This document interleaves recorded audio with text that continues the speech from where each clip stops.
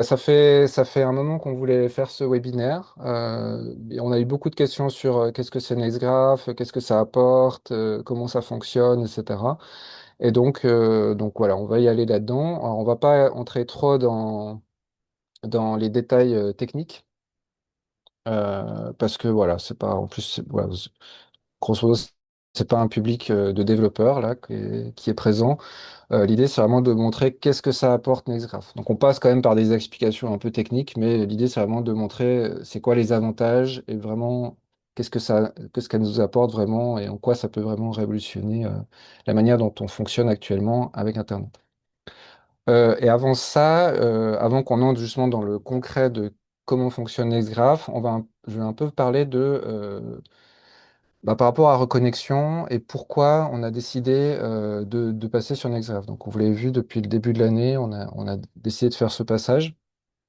Et en fait, le projet n'est pas lié à une application en particulier.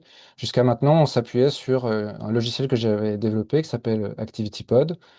Voilà. Et donc maintenant, on va passer. En fait, on voulait déjà depuis longtemps passer sur Nextgraph. C'était l'idée à long terme de dire bah, Nextgraph, c'est la solution parfaite, idéale. Mais là, on a décidé d'accélérer le passage. Pourquoi? Parce qu'on a réalisé qu'il y avait certaines lacunes dans ActivityPod, des problèmes d'architecture qu'on n'avait pas imaginés au début. Donc, je vais vous l'expliquer là rapidement. Et d'abord, une petite intro rapide sur qu'est-ce qu'on propose et qu'est-ce qu'on essaie de faire avec Reconnexion. Donc, nous, ce qu'on propose, ce qu'on essaie de faire émerger, c'est le concept de réseau social universel. Donc, c'est un réseau social qui ne va pas être lié à une application en particulier. Donc, il est ouvert, il est neutre, il n'est pas lié à LinkedIn, à Facebook, à Twitter, etc. Mais par contre, on va pouvoir brancher dessus n'importe quelle application. Et cela est possible grâce à l'usage de ce qu'on appelle, mais on n'est pas les seuls, le porte-données. Donc le porte-données, grosso modo, plutôt que de venir dans sur une application les mains vides, eh ben, vous venez avec votre porte-données qui est comme un sac à dos et vous emportez vos données avec vous. Et du coup, l'application va pouvoir lire avec votre autorisation un certain nombre de données qui vous appartiennent et aussi toutes les données qui vous concernent, eh ben, elle va les écrire dans le sac à dos aussi. Donc ça peut être le profil, typiquement, une information beaucoup d'entre nous est fatigué de remplir à plein d'endroits différents tout notre carnet de contacts, notre agenda et puis toute autre donnée personnelle qui peut nous concerner. Et l'avantage pour les utilisateurs, ben, ils n'ont plus besoin de se créer des milliers de comptes. Ils vont pouvoir changer d'application sans perdre leurs données ou leurs contacts. Et puis, ils contrôlent leurs données, qui peut accéder à leurs données. Et pour les créateurs d'applications, ça permet d'avoir dès le début potentiellement un grand nombre d'utilisateurs, en tout cas dès que le réseau social universel sera suffisamment développé. Ça leur permet de réutiliser ou de croiser des données existantes, bien sûr, avec l'autorisation de l'utilisateur. Et puis, il y a une facilité aussi, du coup, à coopérer avec d'autres acteurs, parce que, du coup, en fait, les utilisateurs et les données n'appartiennent pas à une application et l'autre. Donc, du coup, bah, ça peut circuler. On peut imaginer plein de coopérations et de petites applications qui vont se faire dans tous les sens. Et en fait, si on devait le résumer avec une image, ça pourrait être celle-là, celle un peu d'un village où les membres de ce village peuvent circuler librement et passer d'une application là qui est représentée par une maison, quoi, et passer dans d'autres applications comme ça avec leur petit sac à dos et, euh, et potentiellement construire après d'autres applications par-dessus. Euh, le truc, c'est que le porte-données, du coup, ce petit sac à dos, il doit bien être hébergé quelque part. Donc, vous avez bien compris que c'est pas un outil physique. Et dans ActivityPod, le porte-données, il est hébergé chez un hébergeur de porte-données. Euh, mais en fait, ça pose un certain nombre de problématiques. Parce qu'en fait, du coup, toute cette architecture en fait, repose sur le fait qu'il y a des hébergeurs de porte-données qui vont être de qualité, qui vont vraiment assurer un service complet. Et voilà. Et par contre, s'ils n'arrivent pas à faire ça, bah, tout cet idéal de réseau social universel ne va pas fonctionner. Dans ActivityPod, donc jusqu'à maintenant, l'hébergeur il avait accès à toutes les données. Euh, donc, ça demandait un certain nombre d'avoir confiance. Pour moi, ce n'était pas forcément un problème quand j'en parlais aux gens autour de moi, parce que je disais, bah, grosso modo, bah, de toute façon, dans une société, on a besoin de faire confiance aux gens. Par exemple, si vous allez au restaurant, vous faites confiance que le cuisinier ne va pas mettre du poison dans votre nourriture. Et en fait, quand on regarde le fonctionnement de la société, ça repose quand même beaucoup sur la confiance. Et donc, je disais, bon, ben voilà, on va potentiellement, dans l'idée de ce qu'on essaie de créer, eh ben, on va trouver des hébergeurs de confiance de proximité. Ça peut être un ami qu'on connaît, ça peut être une association locale, etc. Donc, des gens qui vont potentiellement avoir accès à nos données, mais c'est pas grave parce qu'on sait qu'ils vont pas en faire n'importe quoi. Malheureusement, le travail d'hébergement de données, c'est pas quelque chose qui s'improvise, ça reste quelque chose de compliqué. Alors, parce que déjà, concrètement, votre hébergeur de porte données, ça peut être quelqu'un de super sympa et en qui vous avez complètement confiance, mais est-ce que vous lui faites confiance pour vous protéger contre des attaques? Euh, Parce que de nos jours, bah, c'est un sujet important. Je ne sais pas si vous avez vu la question des fuites de données, mais il y a, entre 2010 et 2014, c'était le nombre de fuites de données, les grosses fuites de données qui ont été répertoriées là, sur un site. Et en 2020, on avait ça.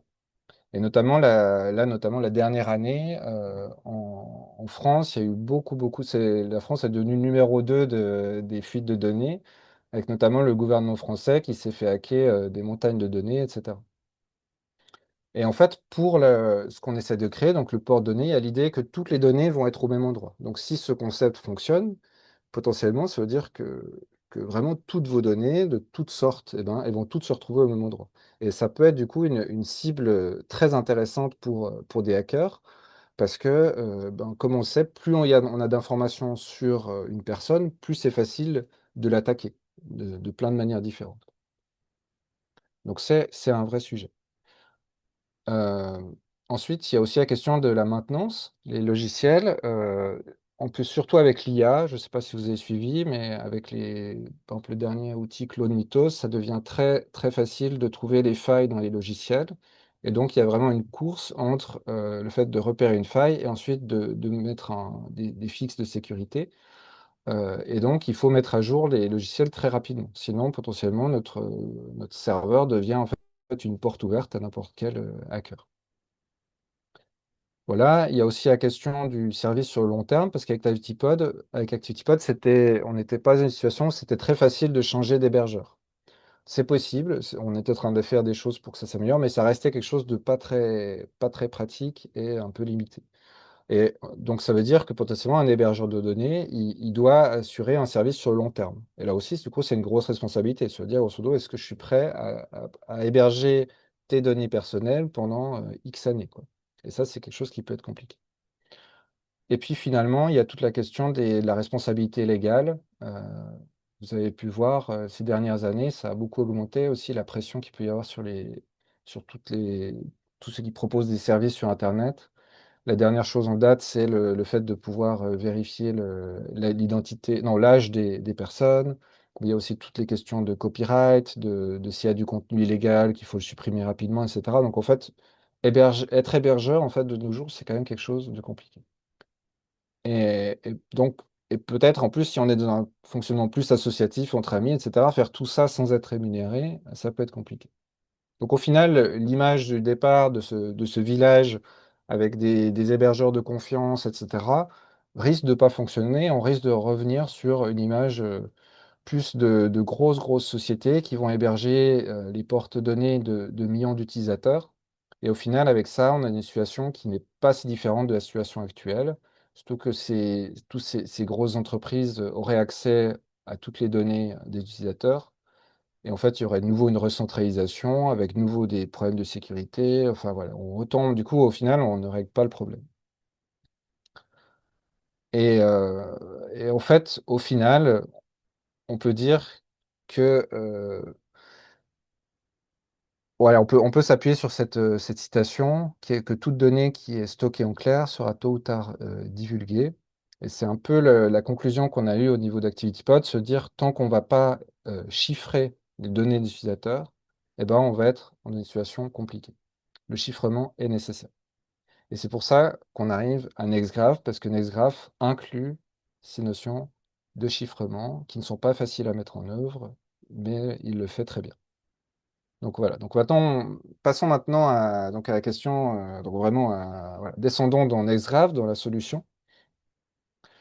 Comme j'ai dit au début, pour ceux qui sont arrivés peut-être un peu en retard, on va rester on va pas rentrer trop dans les détails techniques. Il y a peut-être certaines choses que je vais expliquer qui vont être un peu des raccourcis. Alors, excusez-moi en tout cas pour les personnes plus techniques et peut-être les puristes. Voilà, l'idée, c'est vraiment de rendre accessibles des choses qui sont habituellement pas comprises du commun des mortels.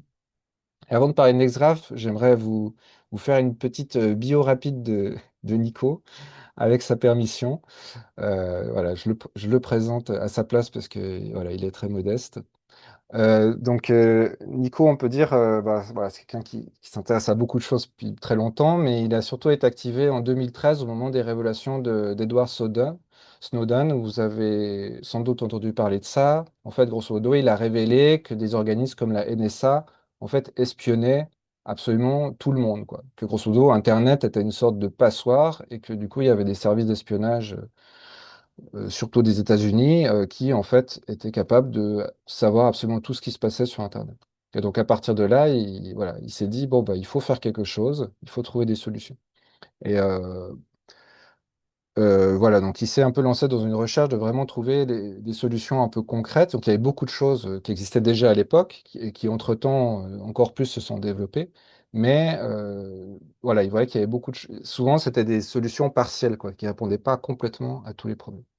En 2018, bon, il a voulu soutenir le mouvement des Gilets jaunes en proposant une plateforme quoi, pour les aider à s'organiser.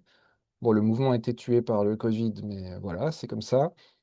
Et du coup, à partir de là, on a aussi commencé à travailler ensemble, bah, notamment sur ActivityPod, donc le logiciel dont je parlais au début. Nico y avait aussi contribué, donc on a commencé à travailler là-dessus.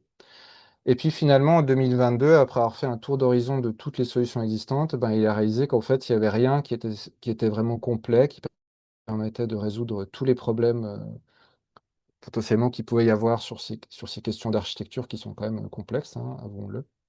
Et il a réussi à obtenir une subvention d'une fondation hollandaise qui s'appelle NLNet pour commencer à développer sa propre solution, donc qui s'appelle NextGraph. Et pendant 2 ans, bah, voilà, il est resté, il a codé jour et nuit. Je ne sais pas vraiment comment il a fait pour survivre. Peut-être que lui non plus ne sait pas. Et finalement, en 2024, il a pu sortir une première version. Et après ça, ce que je trouve aussi assez remarquable, c'est qu'il a tout de suite commencé à partir pour rencontrer beaucoup de gens. Donc non seulement pour parler de Nextgraph, bien sûr, pour parler de sa solution, mais aussi surtout pour essayer de voir comment est-ce qu'il pourrait coopérer, collaborer avec d'autres solutions existantes.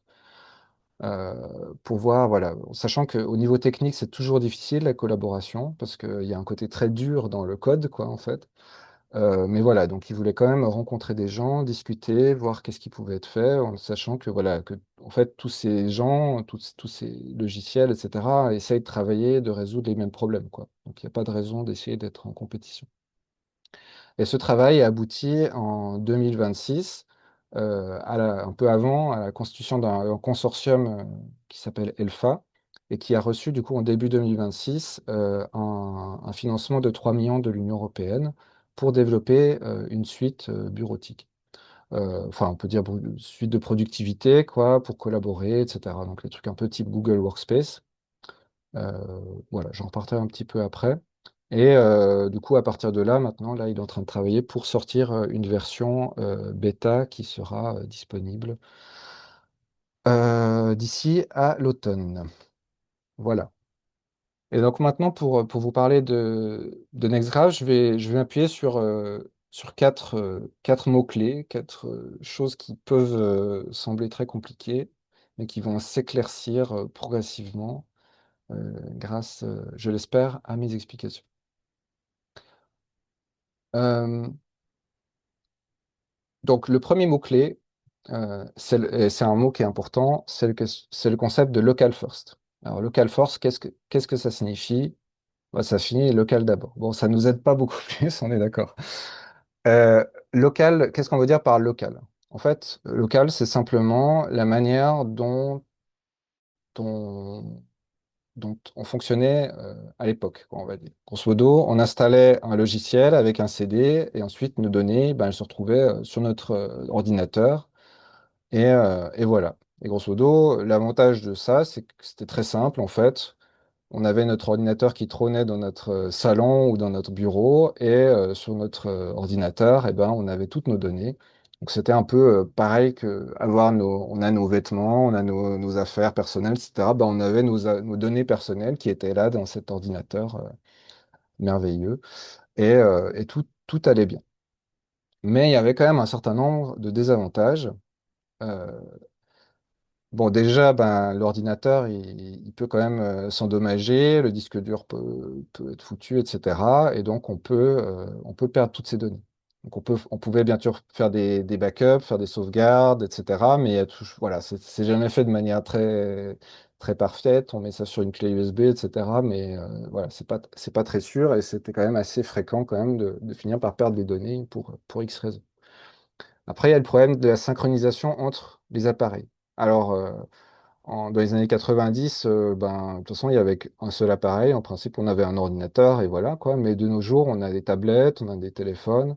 En fait, presque chacun d'entre nous, maintenant, on a un ordinateur et un téléphone, quoi. Et donc, du coup, le fait de pas, de devoir se trimballer nos données entre deux appareils, c'est quelque chose qui est un peu compliqué et qui est vraiment problématique. Et puis finalement, il y avait la question de la collaboration. La collaboration, c'est quelque chose qui était compliqué. On pouvait s'envoyer des fichiers par mail ou par CD ou par clé USB, voilà. Mais après, tant qu'on est deux, encore à la limite, c'est faisable. Mais dès qu'il s'agit de collaborer avec une équipe de 10 personnes, et s'il faut commencer à s'envoyer des versions de fichiers Word, etc., ça devient vite l'enfer, quoi. Donc c'est pour ça que à partir des années 2000, on a vu apparaître un autre type de logiciel qu'on peut appeler cloud. Cloud, grosso modo, c'est l'idée du nuage, mais en fait, c'est juste que les données sont enregistrées sur des serveurs distants, donc les ordinateurs de quelqu'un d'autre, quoi. Et notre ordinateur ne devient plus qu'un un terminal, une interface pour accéder à nos données. On parle aussi de SaaS ou de Software as a Service. C'est-à-dire, grosso modo, les logiciels, ça vient simplement des services auxquels on peut s'abonner pour réaliser un certain nombre de choses. Aujourd'hui, vous en utilisez certainement un certain nombre. Là, par exemple, j'utilise Canva parce qu'il est super bien foutu, mais voilà, j'avoue. Il y en a d'autres, et c'est souvent des logiciels plutôt bien faits. Et, en tout cas, Google Doc, vous devez connaître. Ça permet de faire plein de choses géniales.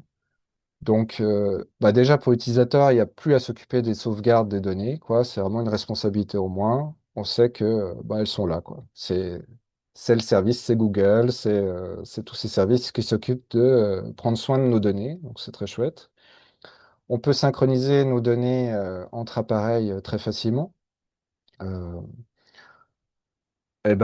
parce qu'il suffit juste de se connecter quoi, sur son compte et puis du coup, paf, on retrouve toutes nos données, quoi. Donc, c'est aucune difficulté. Et puis ensuite, ben, surtout, la collaboration avec d'autres personnes devient super facile, y compris en temps réel, où on peut voir, tiens, en même temps que moi, il y a telle autre personne qui est en train d'éditer le document, etc. Donc ça apporte aussi plein de choses super pratiques et voilà, en termes d'efficacité, etc., franchement, c'est absolument génial.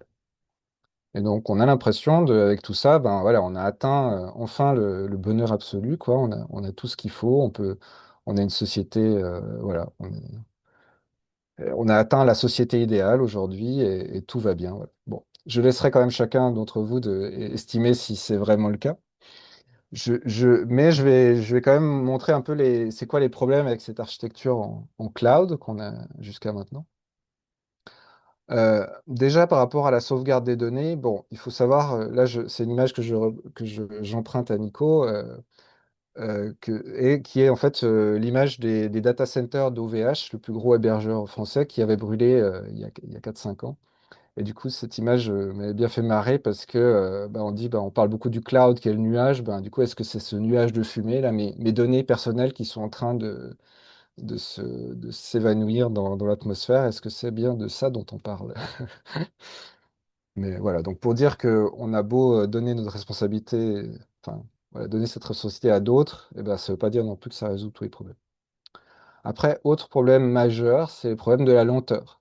Aujourd'hui, on s'est habitué que dès qu'on enregistre quelque chose, eh ben, on va avoir droit à cette petite animation, ou bien qu'on charge une liste de données, etc. Donc, on est habitué en fait à être un truc beaucoup plus lent, euh, alors qu'en fait, quand on était simplement avec des logiciels qui fonctionnaient sur notre ordinateur, il y a peut-être le lancement du logiciel qui prenait un peu de temps, mais une fois qu'on est dans le logiciel, eh ben, les choses sont très rapides, quoi. Lié à ça, il y a aussi le problème de la connexion obligatoire, que le fait qu'on est obligé d'être tout le temps connecté. Alors déjà, philosophiquement ou sociologiquement, est-ce que c'est quelque chose qu'on a envie de promouvoir, quoi? Ça, c'est une question que je laisse ouverte, mais il y a bah, simplement le problème qu'on est en train de prendre l'avion, on prend le train, etc. Et du coup, on n'arrive plus à utiliser, on n'arrive plus à accéder à nos données, en fait. Donc, est-ce que c'est nos données, quoi? On ne peut plus y accéder. Et puis, en Occident, on a cette chance d'avoir de la 4G, du 5G à tous les coins de rue. Mais il y a beaucoup de pays où c'est très loin d'être le cas. Et du coup, ben, pour ces pays-là, en fait, l'utilisation de ces logiciels est très compliquée, en fait. Parce que du coup, ben, ils doivent toujours être en ligne, connectés sur Internet pour échanger et enregistrer et faire des modifications sur leurs propres données. Après, plus largement, pour moi, il y a le problème vraiment du fait que nos données se retrouvent complètement dispersées aux quatre coins du globe sur des centaines de serveurs différents. On n'a absolument aucune idée où toutes ces données se retrouvent. Autant dans le fonctionnement local, on avait tout dans notre joli ordinateur. Maintenant, on a tout qui est dispersé partout et on n'a plus aucun contrôle sur rien. Et donc, si on descend un petit peu dans cette question, la question du contrôle des données, c'est-à-dire on ne sait pas qu'est-ce qui est fait de nos données. Par exemple, vous le savez peut-être, mais il y a certaines startups qui proposent des outils gratuits et leur modèle économique, c'est uniquement la revente de vos données. Euh, et donc, en fait, c'est là où on dit, si c'est gratuit, c'est vous le produit. Euh, donc ça, c'est un gros problème. Il y a voilà, toutes ces questions de big data, d'intelligence artificielle, où on va utiliser vos données pour ça. Ça, vous ne savez pas du tout pourquoi elles sont utilisées. Après, il y a la question aussi de si vous voulez changer, les déplacer, les mettre ailleurs, c'est très compliqué. En fait, avec les lois de type RGPD, on peut en théorie exporter nos données, mais après, pour en faire quelque chose, c'est compliqué. Canva, par exemple, ou d'autres logiciels comme ça, en fait, ils ont vraiment leur propre modèle de données, et en fait, c'est impossible de la réutiliser comme ça dans une autre application. Si on fait un petit retour en arrière, quand on était sur des logiciels locaux, simplement, il y avait déjà cette question d'interopérabilité avec, par exemple, Microsoft Word, qui avait un format de données qui était propriétaire. Et du coup, il y avait cette question, bah, si on aimerait utiliser un autre logiciel pour lire ce document, on n'y arrive pas, etc. Donc, il a fallu du temps pour que Microsoft propose un format ouvert et du coup, qu'on puisse avoir d'autres applications. Mais là, maintenant, avec ces applications cloud, en fait, le problème est en fait, il se pose quasiment plus parce qu'en fait, c'est trop compliqué, quoi.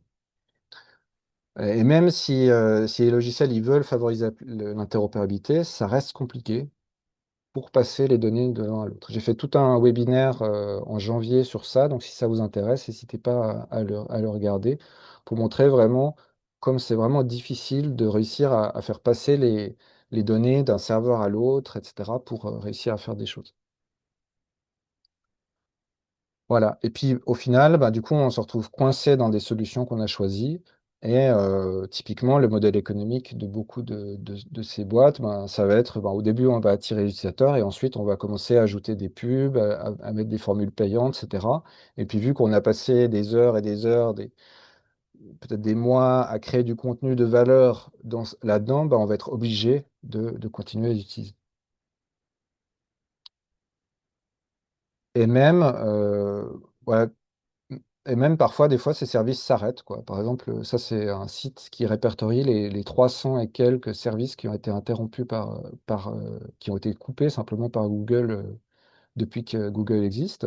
Donc, en fait, il n'y a pas vraiment de garantie qu'on va pouvoir continuer à utiliser nos données, quoi. Nos données ne nous appartiennent pas. Il y en a certains même qui parlent d'une sorte de nouvel âge sombre Parce que en fait, les données c'est tellement fragile, en fait, le fait que ces données puissent être accessibles sur le long terme, qu'on ne peut pas imaginer des historiens qui pourraient regarder, revenir à partir de 2100, quoi, de revenir en 2025 ou 2026 et de se dire, ben, bah, tiens, qu'est-ce que faisaient les gens à ce moment-là, quelles étaient les données qu'ils utilisaient, etc. Parce que toutes ces données sont tellement enfermées dans des choses qui sont fragiles et qui peuvent disparaître, qu'en fait, il suffirait d'un changement de société un peu profond pour que tout disparaisse, quoi. Et après, au niveau de l'individu, pour moi, il y a aussi un problème plus profond, c'est que grosso modo, d'un certain point de vue, les données, ça représente notre mémoire, qui nous sommes. Et d'ailleurs, dans la loi européenne, ils considèrent que les données personnelles sont une partie de nous-mêmes, quoi. C'est pour ça que la loi européenne, est plus, elle protège mieux les citoyens que la loi américaine, qui au contraire considère que les données personnelles n'appartiennent à personne, en fait. C'est un vide juridique. Et donc là, avec tout ce fonctionnement en cloud, vraiment, c'est comme si notre mémoire était éclatée aux quatre coins de la Terre. Et c'est pas super sain, surtout, je pense, avec l'arrivée de l'IA, où potentiellement il y aura tous ces agents qui pourront savoir plein de choses sur nous et peut-être au final même en savoir plus que, ils nous connaîtraient mieux que nous-mêmes, quoi. Voilà, bon. Voilà, j'ai fini pour cet aspect apocalyptique. Mais au final, on voit qu'on est, chacun d'entre nous, on est devant ce choix compliqué, de dire, bon, ben, est-ce qu'on a envie d'avoir des outils faciles qui nous aident à collaborer en ligne avec plein de monde, de faire des choses qui vont être utiles, ou bien est-ce qu'on veut avoir le contrôle sur nos données, quoi.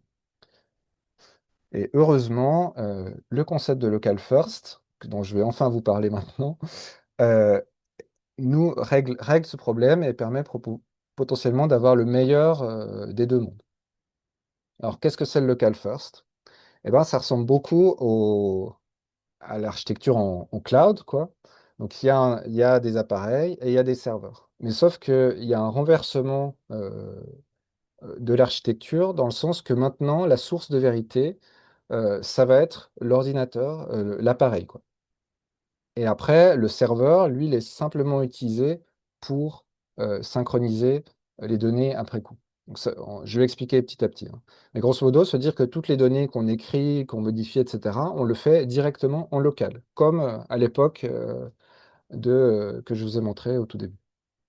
Et donc, c'est rapide et c'est efficace. Et la synchronisation avec, du coup, le serveur, elle est faite dès que possible, c'est-à-dire notamment dès qu'il y a une connexion, mais il n'y a pas besoin d'attendre qu'il y ait cette synchronisation pour travailler sur nos données. Donc, d'un côté, c'est assez cohérent. Il a fallu quand même du temps pour y arriver. Donc, le concept local first, il est émergé il y a une dizaine d'années. Et aujourd'hui, des sites comme lofi.so répertorient tous les projets, les applications, etc., qui s'appuient sur ce concept. Nous, alors pourquoi on s'est intéressé particulièrement à Nextgraph? Eh ben pour plusieurs raisons. La première, c'est que Nextgraph propose du chiffrement, et pas toutes ces solutions local first proposent du chiffrement. Et chiffrement, et plus particulièrement ce qu'on appelle le E2EE, non, End-to-End Encryption, en français, le chiffrement de bout en bout. Donc ça, c'est peut-être un concept que vous avez déjà entendu parler. C'est notamment mis en avant par WhatsApp. Là. Quand vous communiquez avec quelqu'un sur WhatsApp, le contenu du message est encrypté. Donc grosso modo, Meta, la maison mère de WhatsApp et de Facebook, elle ne peut pas lire le contenu de vos données. Bon, par contre, ce qu'ils ne vous disent pas forcément, c'est que toutes les métadonnées, etc., eh ben, là, ils peuvent les lire et que du coup, il y a déjà pas mal de données qu'ils peuvent réutiliser pour leur avantage. Mais bon, grosso modo, avec Nextgraph, l'idée, c'est que tout va être en chiffrement de bout en bout. Et donc, personne ne peut lire quoi que ce soit sans avoir eu l'autorisation explicite de pouvoir lire cette donnée. Donc ça change tout. C'est se dire que, grosso modo, et même l'hébergeur, du coup, l'hébergeur des données ne peut pas lire les données, et donc ni les hackers. Donc le chiffrement de bout en bout, on peut dire que c'est quand même un peu le Graal par rapport à la sécurité. Concrètement, parce que je pense qu'on peut vite se sentir perdu dans tout ça, qu'est-ce que ça signifie pour Nextgraph? Se dire que lorsque... qu'est-ce que veut dire je me crée un compte sur Nextgraph, je commence à utiliser Nextgraph. Grosso modo, on va commencer par se créer son porte-données. Et ça, on le fait uniquement sur sa machine. Il n'y a pas de serveur qui est là pour... voilà, on crée notre port de données sur notre machine. Alors ça peut passer par un navigateur, mais là, le navigateur, il n'est pas en train de communiquer avec un serveur extérieur, c'est juste de la tambouille interne, on va dire. Ensuite, deuxième étape, on va chiffrer ces données. Et pour chiffrer ces données, on va se créer un wallet. Enfin, il va se créer automatiquement au moment où on se crée un compte. Et quand on parle de wallet, donc on pourrait appeler ça un porte-clés. Un porte-clés parce qu'en fait, il y a plusieurs clés.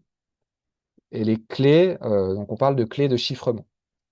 Une clé de chiffrement, c'est pas très très compliqué. En fait, c'est simplement un fichier avec une longue suite de caractères. Mais personne, voilà, c'est pas quelque chose qui peut s'inventer. Et une fois qu'on a cette clé, on peut chiffrer des choses. Donc, par exemple, chiffrer un dossier, un fichier, un document. Là, c'est un exemple. Donc, vous avez un document qui est en clair, donc n'importe qui peut le lire. Vous le passez par la clé de chiffrement, et ensuite, ça donne un fichier qui, lui aussi, est une grande suite de caractères incompréhensibles. Et ensuite, si vous avez la clé, eh ben, vous pouvez déchiffrer et retrouver le contenu en clair. Qu'est-ce qu'il y avait dans le document? Ça, c'est vraiment une simplification, hein. Voilà, parce qu'on parle pas mal de chiffrement, etc., mais c'est pas forcément clair dans la tête de tout le monde. Et donc, par rapport au port-données, ben, avec notre porte-clés, on va pouvoir le chiffrer entièrement. Et ensuite, on va pouvoir l'envoyer au serveur. Donc, à quel serveur? Ben, n'importe lequel. On va pouvoir choisir un serveur Nextgraph. Donc, on parle de broker pour Nextgraph. On va choisir un broker de notre choix, n'importe quel broker qui nous accepte, et ben, c'est bon. Et ce serveur, de toute façon, c'est égal qui l'héberge et qu'est-ce qu'il fait, etc. Parce que de toute façon, il va pouvoir avoir que nos données encryptées. Et surtout, le serveur, on ne lui envoie pas notre wallet. Le wallet, il reste sur notre machine. Parce que s'il avait accès au wallet, eh ben, du coup, il pourrait lire absolument tout ce qui se passe sur voilà, toute notre porte de données, quoi. Donc, grosso modo, c'est comme si on envoie, si on essaie d'imaginer, là, il y a une analogie qui me vient, grosso modo, on envoie notre sac à dos au serveur, mais le sac à dos, il est protégé par une clé, et la clé, on la garde avec nous, quoi. Voilà. Donc, le serveur, il a le sac à dos, mais il peut rien en faire. Euh, donc voilà, ça c'est vraiment la base, quoi. Ensuite, parlons un peu de synchronisation. Imaginons qu'on a un autre appareil. Du coup, on a aussi voilà, on a un téléphone. Et ben, le téléphone, on lui passe notre wallet. Donc, il y a différentes méthodes pour ça.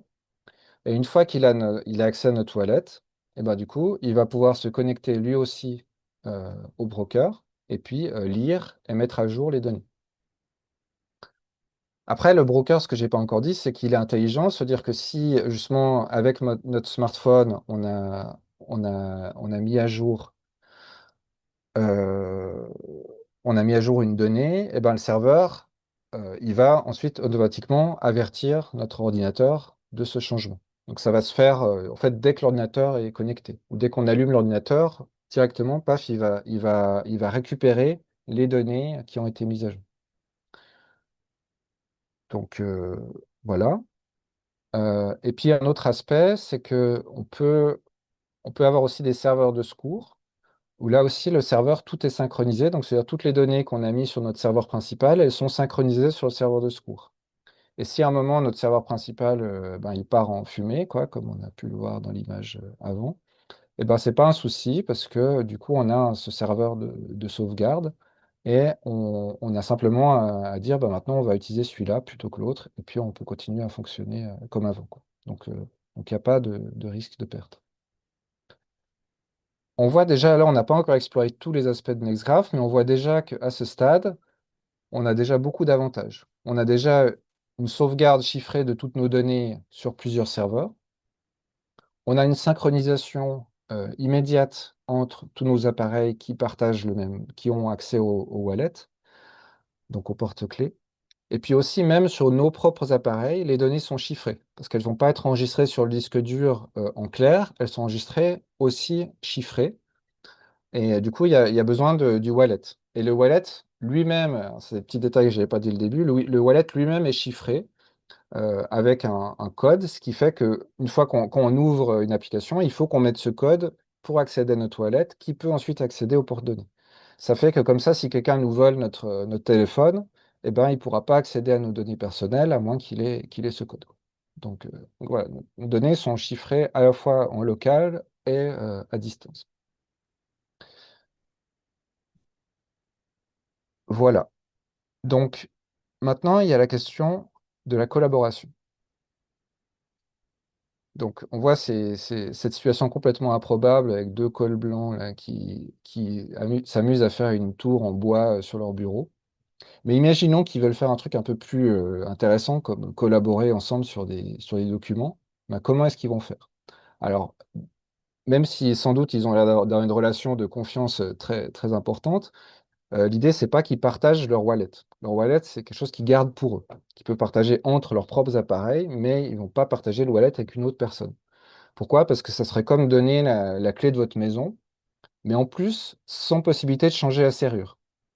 Donc, c'est pas quelque chose que vous allez faire comme ça à la légère.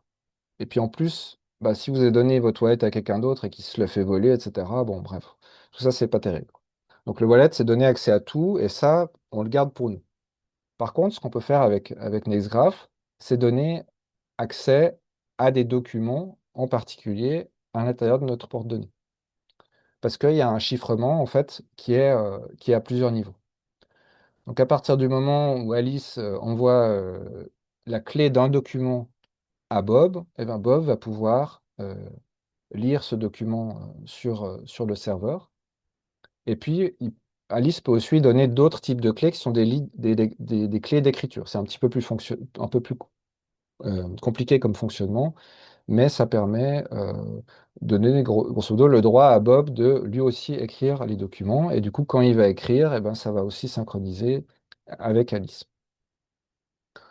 Euh, on peut aussi d'ailleurs en passant, potentiellement, Bob, il a choisi un autre serveur que Alice, mais ça, c'est pas un souci parce que du coup, les deux serveurs, ils vont communiquer entre eux. Bon, c'est ce en termes informatiques, on parle de fédération.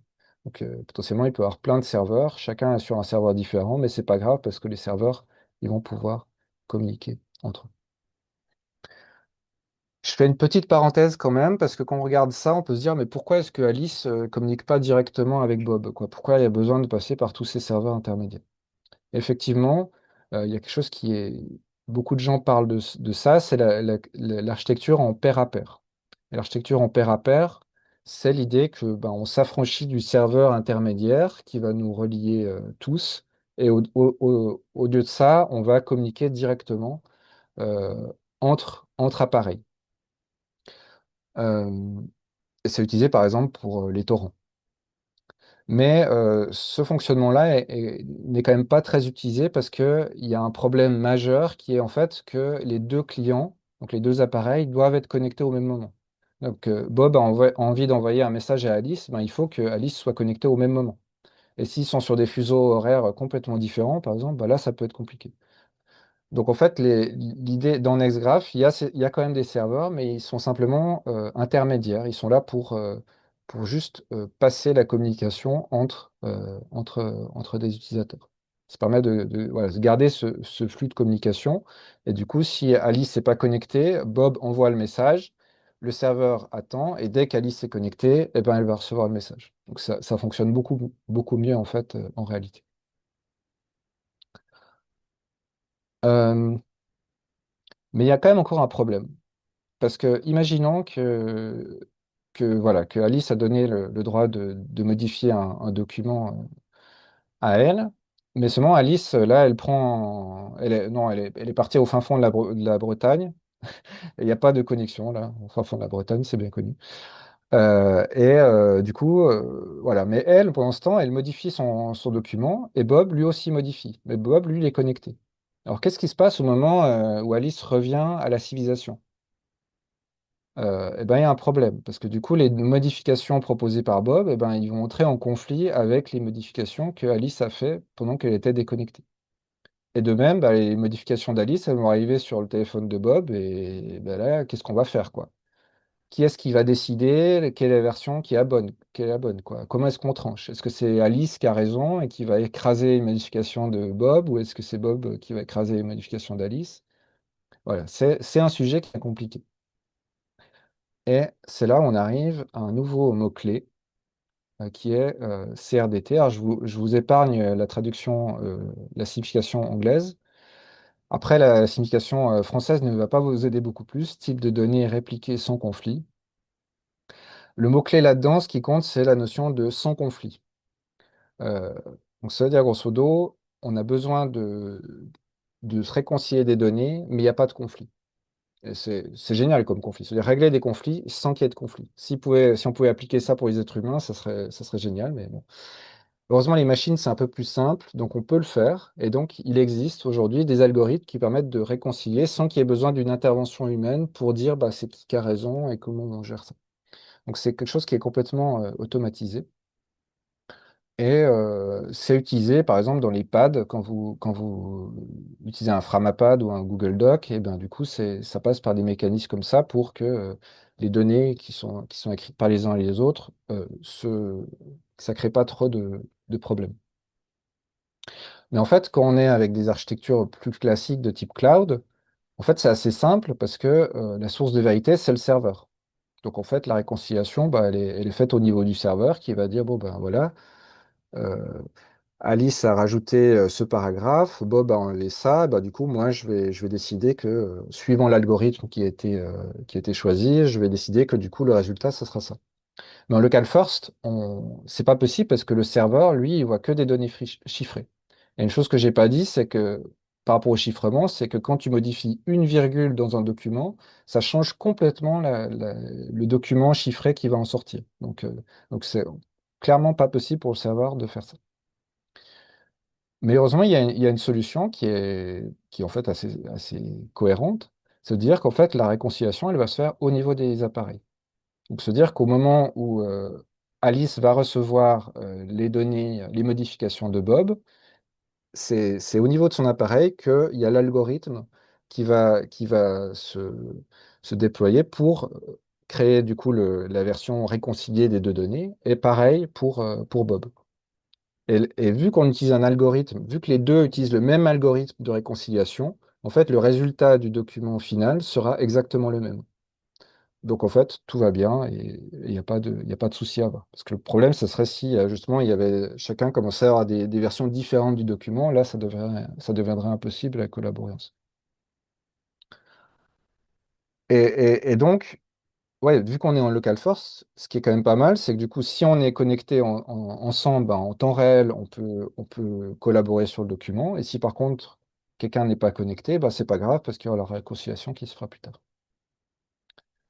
Donc là, j'ai l'impression qu'on arrive de nouveau à un état de bonheur absolu. euh, et peut-être quand même beaucoup plus absolu, parce que du coup, non seulement on a le chiffrement complet, on a une collaboration en temps réel, on peut travailler en étant déconnecté d'Internet, et puis c'est super rapide parce qu'on travaille simplement sur nos données locales, quoi.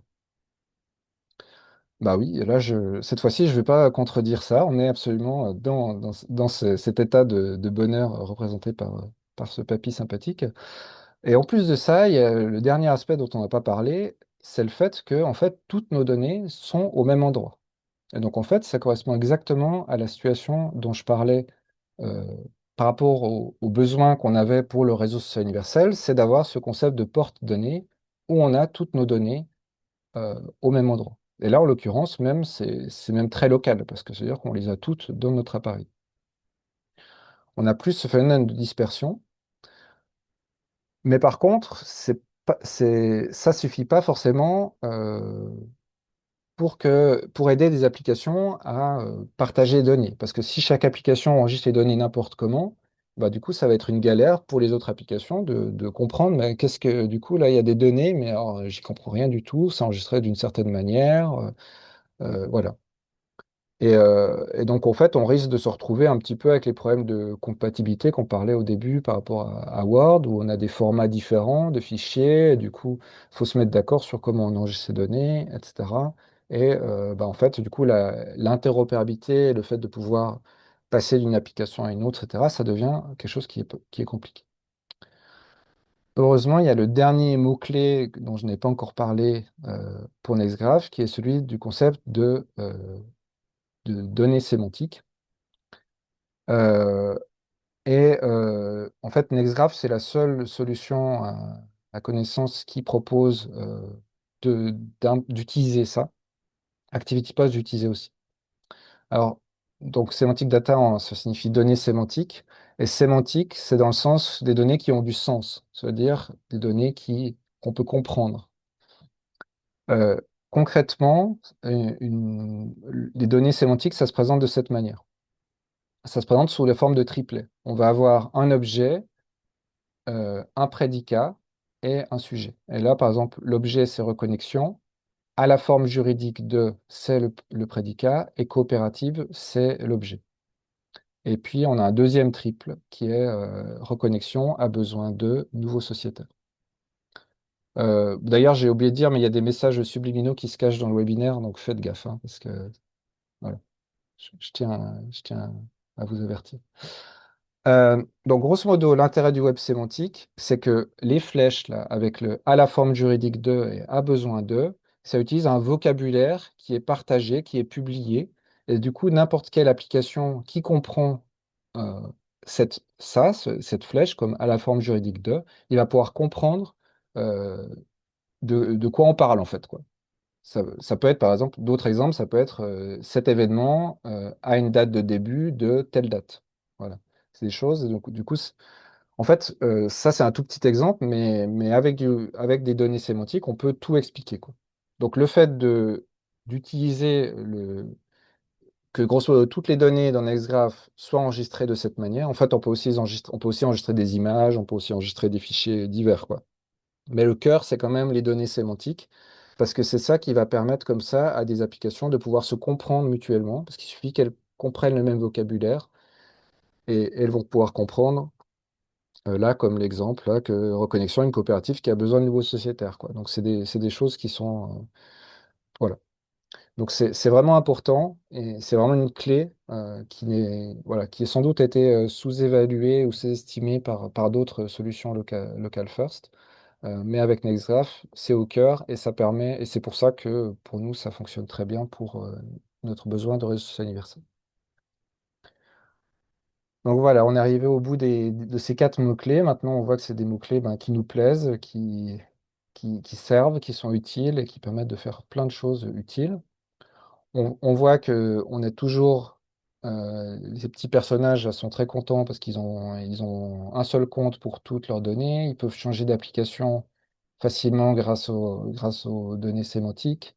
Et puis là, en termes de contrôle des données, bah, c'est beaucoup plus puissant qu'avec ActivityPod, où là, vraiment, bah, il y a un contrôle clair.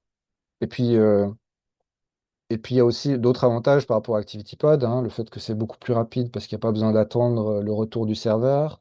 Il y a la collaboration en temps réel, le fait qu'on peut changer d'hébergeur facilement.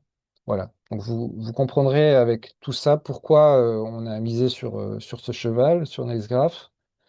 Et d'ailleurs, avant même qu'on sache qu'il allait toucher une subvention. On tient à le préciser, on n'a pas été opportuniste. On faisait confiance et après, on a eu la confirmation qu'effectivement, même au niveau de l'Union européenne, il y a un intérêt fort pour ça. Donc, comme je disais au début, ce consortium ELFA a reçu 3 millions de l'Union européenne au début de l'année et donc ça va permettre de développer 16 applications de type productivité, collaboration, etc. Voilà, ça va permettre de faire plein de choses qui vont être très utiles. Euh, et nous, de notre côté, Reconnexion, nous, donc pour finir sur ça, nous, notre but, c'est plutôt de faire des applications on appelle des applications sociales, quoi. Tout ce qui va favoriser la rencontre, l'entraide et la coopération. Pourquoi? Parce qu'on voit qu'il y a des très gros besoins au niveau sociétal, quoi, pour ce type d'application, qu'actuellement, ces applications n'arrivent pas à émerger parce qu'elles sont toutes en compétition les unes avec les autres. On utilisait par exemple le concept de partage d'objets entre voisins, mais il y a aussi le covoiturage. En fait, il y a plein de choses qui peuvent être faites. Et il y a vraiment un besoin sociétal aujourd'hui de pouvoir outiller tous ces mouvements citoyens. Et donc, nous, c'est vraiment ça le cœur. C'est ça qu'on veut favoriser. Après, bien sûr, les applications qui vont être développées dans le cadre d'Elpha, ben, elles vont permettre encore plus d'avoir plus d'utilisateurs et de proposer plein d'outils un peu autour de ce que nous, on essaie de faire au cœur. Euh, Et du coup, ouais, pour rappel, donc nous, notre idée, c'est de rassembler le plus possible d'acteurs pour réaliser ensemble un écosystème d'applications, quoi. Et du coup, de créer ensemble des communs numériques. Et je finirai en rappelant que dans 10 jours, on va commencer une résidence qui sera au sud à 1 heure de Paris. Surtout le jeudi et le jeudi 4 et le vendredi 5, on va se retrouver justement dans cette idée d'écosystème, de rassembler les acteurs. On va proposer un petit hackathon pour essayer de créer des maquettes, soit avec du papier, des ciseaux, soit avec de l'IA. Donc n'hésitez pas à venir, même si c'est pour une journée. On est enfin, on a un programme très flexible, quoi. On va s'adapter au mieux à tout ce qui va arriver. Donc voilà. Si vous voulez notamment mieux comprendre le réseau social universel, notre projet plus global, apporter vos idées, ou bien si vous avez vous-même des besoins en tant qu'organisation et que vous voulez voir comment est-ce que vous pourriez collaborer avec d'autres, ben voilà, c'est le bon moment. N'hésitez pas. Et voilà, et du coup, je remets là les adresses un peu clés à voir. Donc, nextgraph.org, c'est en anglais. Le site n'est pas complètement encore à jour. Là, ça va être fait bientôt. Mais voilà. En tout cas, ça permet de comprendre quand même le projet en général, quoi, avec plus de détails quand même que ce que j'ai dit. Le consortium Elpha et puis reconnexion.coop, où vous pourrez avoir toutes les informations, notamment par rapport à la résidence qu'on propose. Voilà, bah, je vais m'arrêter là et on va passer. Ah bah, je vais pile à 18 h là, bravo. Et on va passer du coup aux questions. euh, et notamment, ben, s'il y a des questions plus techniques, peut-être que Nico pourra aussi y répondre. J'ai arrêté mon partage d'écran, là, c'est ça?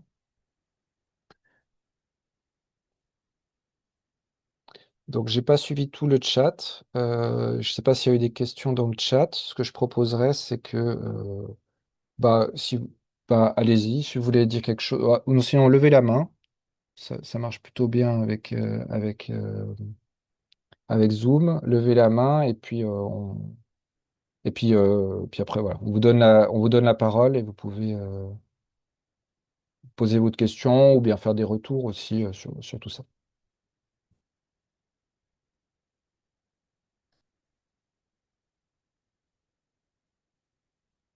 Alors, Yannick, vas-y.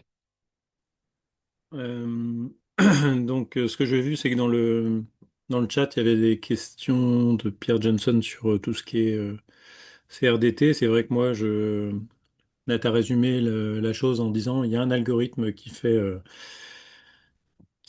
que ça va bien et qu'il n'y a pas de conflit. Et quand j'essaye de l'expliquer, bah, oui, en effet, je pourrais utiliser cette technique-là, mais je me dis, bah, d'un côté, je ne sais pas si vous connaissez le logiciel Git, par exemple, qui justement est un gestionnaire de version très connu et qui, ça n'empêche pas de rencontrer des conflits. Et donc, je voulais juste savoir quelle étape il y avait au-dessus et si ces algorithmes prenaient de la ressource pour fonctionner. Et ça répondra peut-être aux questions de Pierre Johnson, mais je le laisse rajouter sa question au niveau de la réconciliation. Voilà, merci.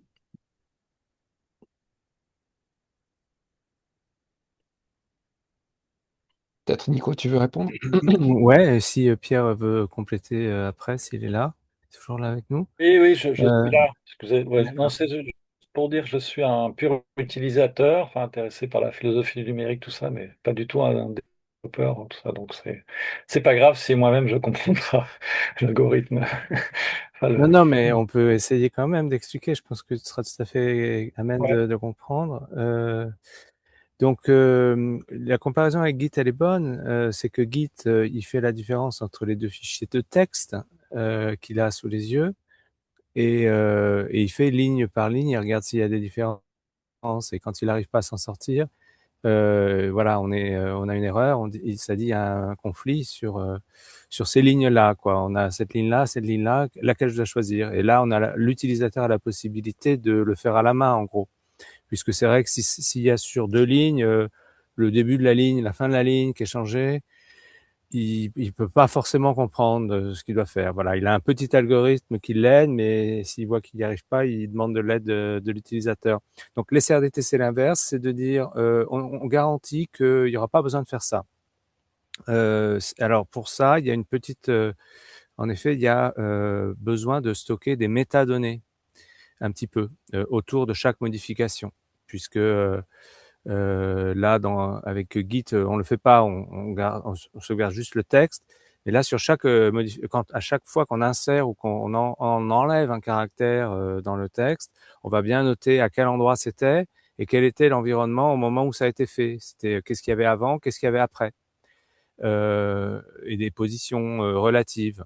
Et comme ça, quand on arrive sur une même ligne à devoir ou sur un même mot même à devoir comprendre ce qui s'est passé, eh bien, on a une sorte de logique qui est mathématique, qui a été prouvée formellement, qui dit dans tous les cas de figure, on a une solution. Et cette solution-là, c'est la même qu'on applique partout. Ce que Seb a très bien expliqué avant, c'est de dire ce qui compte, c'est que voilà, on est l'algorithme, on peut l'appeler un algorithme qui s'applique dans tous les cas sur toutes les machines de la même manière, et même peu importe dans quel ordre les modifications vont arriver sur cette machine, le résultat sera le même. Et c'est ça quand même, c'est quand même intéressant parce que il peut y avoir dans certains cas, en effet, des modifications qui arrivent dans un ordre différent pour des questions de synchronisation. Et c'est pas grave. Les maths, la technique nous permet de savoir quoi faire. Voilà, en gros. Hein. Après, on peut rentrer plus dans le détail sur comment ça se fait mathématiquement. Euh, c'est juste qu'en effet, il y a des métadonnées donc qui sont associées et on les enlève jamais ces métadonnées puisque à n'importe quel moment, il peut y avoir des modifications n'importe où dans le texte. Donc, il faut bien garder tout l'historique. Donc, ça fait plus de données à stocker, ça fait un volume plus gros de données. Ces métadonnées font partie du document. Et puis, il y a quand même moyen de compacter tout ça si on se rend compte que c'est trop gros. Après plusieurs jours de modifications intenses en collaboratif, on peut dire bon ben voilà, on va faire une compaction. On va partir sur un truc un peu plus restreint pour continuer à modifier. Voilà. Ça, c'est un peu la seule solution qu'on a à ce problème de l'accroissement continu des métadonnées. Voilà. Merci, Merci. c'est clair. Oui. Merci et bravo. Oui, alors le petit vieux là, bien connu, il était content, c'était le bonheur absolu, disait Seb, et c'est parce que c'est pas lui qui code le truc. Voilà. Moi, je serai peut-être aussi vieux que lui quand ça sera terminé. Hein. Non, mais on espère d'avoir en effet une version bêta en septembre, et puis après une version en production d'ici un an, puisque le consortium Elfa, il a besoin de montrer des résultats à la commission assez rapidement. Et voilà. Mais ouais. Et vous aussi, j'espère que vous allez vous saisir de tout ça et de faire des jolies applications sociales. Ça va être chouette. Voilà. D'ailleurs, par rapport à l'ensemble de ce que j'ai dit, est-ce que tu voyais quelque chose à rajouter, peut-être, ou un truc que je serais Ah passé à non, non, côté? c'était très bien. Euh, C'était vraiment très bien. On a même parlé à la fédération, tout ça, ouais. Euh, et donc, voyons s'il y a des questions. Je vois quelqu'un à quand Elf, Obsidian, voilà. Bah, ça, quand tu faisais voir les 5 applications que tu utilises tous les jours, Canvas, et puis Google Docs, et puis le Trello pour la gestion des tâches, et bah, c'est exactement les applis qu'on veut faire hein, dans la suite Alpha. Cet ensemble d'outils bureautiques qu'on utilise tous les jours. Donc, j'espère qu'on aura quelque chose d'aussi utilisable, comme tu as dit, d'aussi utilisable que ça, mais avec toutes les nouvelles technologies de Local First et de chiffrement de bout en bout. Voilà, c'est l'ambition. 3 millions, ça va vite partir, mais il y a beaucoup de travail à faire. Mais voilà, on espère. D'ici 2 ans, ça devrait fonctionner. Et par rapport à Obsidian, donc, Obsidian, ouais, c'est c'est pareil. Hein. je sais pas si vous connaissez, c'est un outil de prise de notes un peu multilien, donc ça permet de faire des documents connectés entre eux. Et ouais, il y a pas mal de gens, c'est vrai, qui aiment ce type d'outil. La base de données personnelle ou la base de connaissances personnelles ou le jardin des données, et ça peut même être collectif. Et ben ça, c'est ce qu'on veut faire. Et le sémantique web, le web sémantique s'y adapte très bien, comme tu le sais, comme Yannick le sait, enfin tous ceux qui ont touché au sémantique le savent. Et donc c'est bien l'objectif, en effet, de faire un Obsidian basé sur tout ça. Et ça sera comme c'est marqué dans le commentaire, là, dans la question, ça sera bien marqué, ça sera bien lié à l'appli des documents. C'est basé Mm. sur Blocknote pour le détail technique, Blocknote, qui est basé sur les concepts de blocs. Donc on a des blocs et ils ont chacun une adresse en fait, et on peut faire des références à ces blocs n'importe où, à partir d'un autre bloc, d'un autre document, même si ça ne nous appartient pas, d'un document d'un autre. Donc on a l'accès en lecture évidemment. Et donc c'est l'idée, ouais, c'est vraiment l'idée. Et de voir le graphe de toutes les connexions des idées et des contenus après. Ouais. Béatrice, tu auras une question. Oui, merci. C'était très très clair comme présentation et assez convaincant comme intérêt. Mais par contre, j'ai pas bien compris en quoi tout ce qui repose sur l'hébergeur de données, tu sais, qui doit alors protéger contre les attaques, d'accord, c'est le chiffrement. Mais ensuite, maintenir son logiciel à jour, assurer son service sur le long terme, être responsable légalement, c'est c'est pas complètement solutionné. Ou bien Ah, j'ai... alors, oui, c'est quand même assez solutionné, notamment le côté long terme, c'est beaucoup moins important avec Nextgraph parce qu'en fait, on peut facilement changer d'hébergeur. Et donc, du coup, bah, c'est pas grave, et puis même s'il brûle du jour au lendemain, c'est pas grave, on peut avoir des réplicas et du coup, avoir nos données. Donc, il n'y a pas cette pression de dire, bon, bah, en tout cas, tu te lances à faire de l'hébergement, mais maintenant, il faut que tu garantisses que jusqu'à la fin de ma vie, tu vas être encore là, quoi. Ce qui est en fait impossible à tenir comme garantie. Et par rapport aux aspects légaux, alors c'est une vaste question. Moi, je suis pas juriste, donc et c'est sûrement des questions qu'on va devoir explorer aussi, Nico. Mais grosso modo, là, en fait, tu peux pas être tenu responsable de quelque chose, tu ne sais pas ce qui se passe sur ton ordinateur. Donc après, au niveau légal, là, il y a quand même un certain mouvement pour essayer de dire, bah, tout ce côté chiffrement bout en bout devrait être interdit. Donc, il y a eu notamment des lois au niveau qui ont essayé de passer qui s'appelle les chat control, là, pour dire, bon, grosso modo, tous les outils qui utilisent du chiffrement comme Signal, WhatsApp, etc., il devrait quand même y avoir une sorte de petit espion qui puisse vérifier ce qui se passe et puis rapporter aux, aux autorités, etc. Mais ça, c'est pas sûr quand même que ça passe ou que ce soit possible parce que, en fait, ça fait longtemps. C'est une bataille qui est là depuis longtemps parce que il y a pas mal d'années, ils voulaient par exemple interdire des chiffrements trop forts, quoi, en disant grosso modo, on veut des chiffrements, mais seulement dès qu'on peut. Nous, on a les outils pour les déchiffrer, donc du coup, amusez-vous entre vous à chiffrer des trucs que vous pouvez pas comprendre, mais nous, il faut qu'on puisse comprendre ce qui se passe, quoi.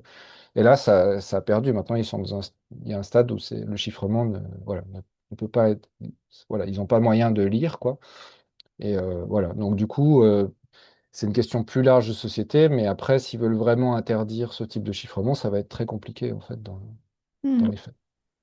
Ouais, et en t'écoutant, je me rends compte qu'en fait, la réponse, c'était surtout dans le fait que l'autorité, elle est plus sur le serveur, mais elle est sur le terminal, enfin, ta Voilà, machine. c'est ça. Donc, Après, si vraiment ils disent, ben là, vous hébergez un utilisateur qui a des données qu'on considère illégales ou avec des copyrights, etc., le broker peut toujours choisir d'arrêter, d'effacer l'utilisateur. Enfin, mais après, du coup, l'utilisateur ira sur un autre broker, quoi. Donc, je pense il peut y avoir ça, comme au pire, si on t'emmerde trop, bah, tu peux faire ça, quoi. On a du travail à faire sur les mises à jour quand même, hein, sur comment tous ces logiciels vont se mettre à jour, les versionning, la gestion des versions entre les dates, les données et les logiciels. Mais bon, avec une approche très modulaire, de pouvoir justement changer de logiciel comme de chemise, je dirais, tout en gardant les données. C'est un peu l'idée. Donc de bien gérer les versions et que les mises à jour se fassent, comme tu disais, sur le client, sur les appareils. Après, les serveurs aussi devront se mettre à jour de temps en temps, mais et il y aura des problèmes de version entre les serveurs puisqu'ils sont fédérés, donc il faudra bien gérer ça aussi dans le protocole, de comment on peut parler avec les serveurs s'ils se sont pas mis à jour, mais j'espère qu'on va réussir à pousser l'idée que les serveurs doivent se mettront à jour tout seuls en fait, qu'il n'y aura pas besoin de le gérer, puisque si on doit attendre que chaque personne le fasse, ça peut vite partir n'importe comment. Donc l'idée c'est quand même que les logiciels se mettent à jour tout seuls, mais qu'on ait une traçabilité de ça et qu'on puisse revenir à des versions antérieures s'il y a un bug par exemple. Euh, bon, c'est des questions qui restent, c'est vrai, pas faciles à traiter hein, dans tous les cas. C'est pas la panacée hein, ce qu'on fait, mais bon, on essaie de résoudre les problèmes qu'on connaît. Euh, Après, j'ai vu qu'il y avait d'autres questions sur le chat. Ouais, il y a une question autour de la sobriété. Est-ce que c'est plus sobre, du coup, l'hébergement? Moi, je dirais que c'est plus sobre, en tout cas, en termes de fatigue humaine, quoi, par rapport à ce qu'on pouvait avoir avec ActivityPod. Donc, c'est plus sobre dans le sens que c'est facile à héberger, à proposer un hébergeur. Un peu comme si vous connaissez la monnaie libre ou alors d'autres trucs de blockchain, c'est facile de proposer un nœud, quoi, qui va mouliner des choses, qui va faire des choses. Voilà. Et puis, il y a un moment de décider d'arrêter et ça n'a pas un gros impact, quoi. Donc, il y a ce côté-là. Après, je sais pas au niveau de la sobriété, c'est quand même assez, il y a quand même pas mal de calculs, j'ai l'impression, à faire avec le chiffrement, etc. Donc mais je sais pas si Nico, t'as une Non, question. mais ça passe, hein, ça passe bien maintenant sur les appareils que vous avez tous. Il n'y aura pas de problème de performance dans les appareils et les serveurs font pas grand-chose. Donc et c'est pareil, les serveurs ça doit pas être des bêtes. Oui, c'est vrai. Euh, Oui, donc parce qu'ils chiffrent pas, c'est fait non, au ils niveau chiffrent pas. local, quoi. Non. Donc ils se Mm, contentent mm. de transmettre des données à l'un, à l'autre, etc. Mm. Mais même sur un téléphone portable qui est vieux de plusieurs années, ça marche très bien. Moi, je teste en permanence là-dessus. Donc, j'ai pas trop peur de ça. On rajoute pas de l'obsolescence programmée. Euh, et puis, comparé à, alors les clouds avec, bon, je sais pas. Faudrait comparer, mais si ça prend plus, ça consomme plus de ressources ou moins de ressources, Mm. c'est pas des questions sur lesquelles j'ai pu me pencher jusqu'à maintenant. Mais je vois pas de grosses différences. Ok. Voilà. Alors, Pascal, une question. C'est- Oui, voilà. est-ce que vous m'entendez? Oui. Oui, parfait. Oui, ma question, donc, comme avec Lorenzo, qui a d'ailleurs aussi levé la main, je vois, nous explorons pas mal de choses en termes d'offres numériques pour les acteurs de transition et les communautés. Donc, parmi les choses qui émergent, nous avons vu quelque chose de très prometteur pour les années à venir, puisque c'est du bêta.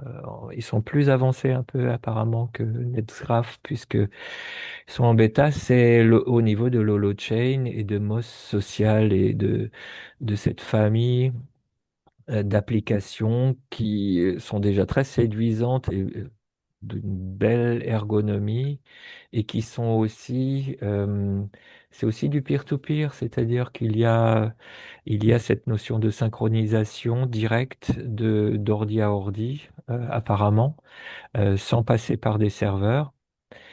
Et je me pose la question au niveau du réseau social universel, parce que si l'holochain là est en bêta, et si, parce que j'ai testé, hein, pour l'instant ça synchronise pas, donc pour l'instant c'est juste pour profiter de la vue en explorant les applis qui sont proposées, qui sont effectivement très prometteuses et très chouettes, ergonomiques, jolies, ouais. Donc il y a de la qualité derrière, hein. Et donc, Mhm. ma question, elle est double. Elle est d'abord au niveau technique. Est-ce qu'il y a des cousinages possibles? Est-ce qu'il y a une interopérabilité possible entre des applis NextGraph futures et ce que les communautés qui seront un peu plus avancées dans l'holochain ben, pourront échanger comme données?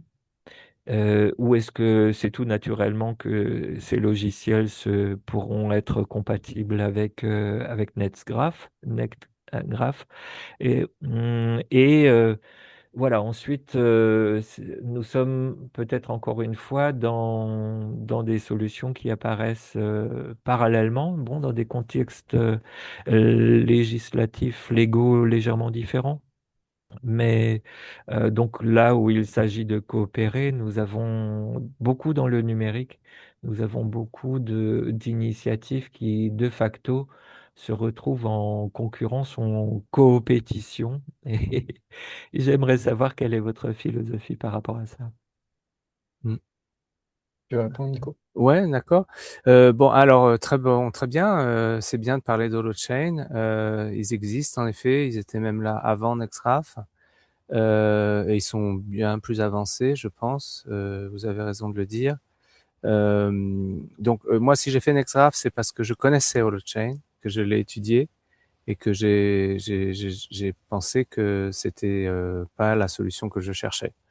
Bon, on peut rentrer un peu dans le détail technique. Après, je peux dire que je suis en contact avec des développeurs de HoloChain qui font des applications sur HoloChain aussi.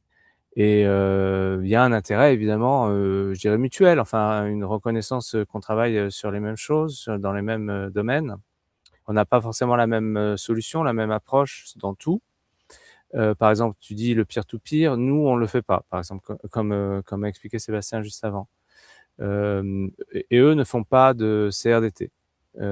C'est pas vraiment local first. C'est un peu à mi-chemin. Donc je trouvais que c'était pas assez abouti dans ce domaine. Il n'y a pas non plus de sémantique web, de ce concept de comment on fait l'interopérabilité sur les données.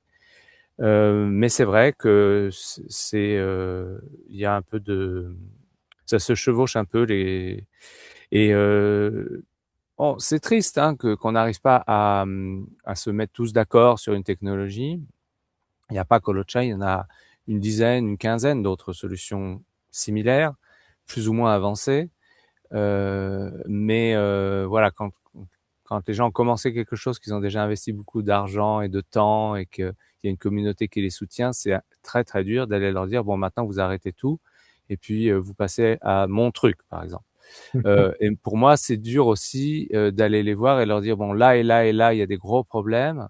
Comment on fait pour les résoudre puisque ça va être un processus lent et qu'ils ont leur propre feuille de route, ils ont leur propre ambitions. Et moi, si je viens et j'essaie de tout changer, ça va pas se passer bien non plus.